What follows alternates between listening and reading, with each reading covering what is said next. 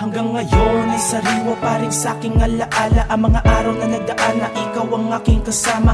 Mula taong 2012 Agosto 28 nagsimula ang pagmamahalan nating binuo, hanggang dumating sa puntong halos tayo ay araw-araw na magkasama. Di nagkakahiwalay, laging magkahawak kamay. Kahit na saang magpunta, kung nasan ka nandun ako, at kung nasan ako nandun ka. Buong araw sinusulit, walang oras na sinasayang, walang ibang iniisip kundi ang kaligayahan. Mapatatag lamang ang relasyon na simulan na kung sang una ko naramdaman tunay na pagmamahal.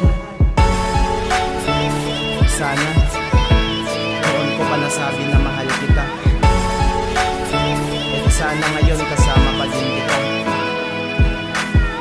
Sana noon ay tayo pa, dahil masakit tanggapin na wala ka na sa piling ko. Ang masakit pa doon, hindi na kitang makakasama pang muli. Pa rin ako makapaniwala, napakahirap tanggapin na wala ka na. Naging madrama na buhay ko buhat nang ika'y pumanaw.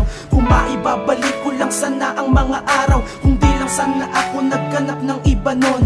Kung di lang sana kita ipinagpalit noon, kung ang kasama mo lang sana noon ay ako, siguradong di mangyayari ang lahat ng mga to. Labis kong pinagsisisihan, nakakatanga ko, ba't ko pa pinakawalan? At sinayang ang isang tulad mong kasabay kong bumuo ng mga pangarap na sa isang iglap ay biglang naglaho, at ang naging dahilan din ay ako. Oo, ako'y aminado, patawad sa lahat ng mga nagawa ko. Patawad sa lahat, kung maibabalik ko lamang sana ang lahat. Ang ina, don't wait until it's too late to tell someone how much you love, how much you care.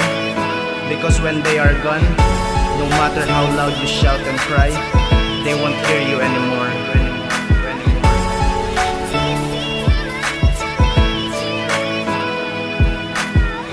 napakasakit isipin, napakahirap tanggapin na wala ka na ngayon sa akin. At ang ikaw ay makasama kong muli ay hanggang imahinasyon na lang. Kaya kada pagsapit ng gabi na ako ay mag-isa sa aking kwarto, tulala habang nakatingin sa ating mga litrato. Nakakapanibago, matutulog ako nang wala ka sa tabi ko. Shaira, napakasakit, kaya minsan hindi ko maiwasan pumasok sa aking isip na kung paano kung wakasan ko na rin ang buhay ko. Nang sa ganon matapos na ang lungkot na nadarama ko, baka sakaling ikaw ay makasama ko dyan sa piling ng Panginoon, na kung saan ang kinaroroonan mo ngayon. Miss na kita sobra, patawad sa lahat ng mga nagawa ko. Shaira May Nuesca.